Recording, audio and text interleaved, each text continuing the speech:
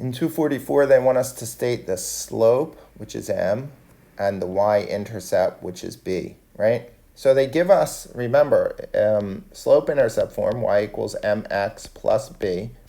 The m is the slope, and the b is the y-intercept, right? So we can just look at these, right? So for a, the slope is right there, 5/3. And the y-intercept is -4.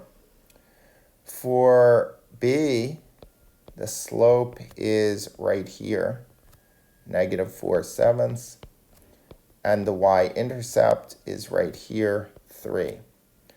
Now for c, if it helps you, you could rewrite this as y equals 0x minus 5, right? Because then it's easier to see the slope. So the slope is 0, and the y-intercept is right here, -5.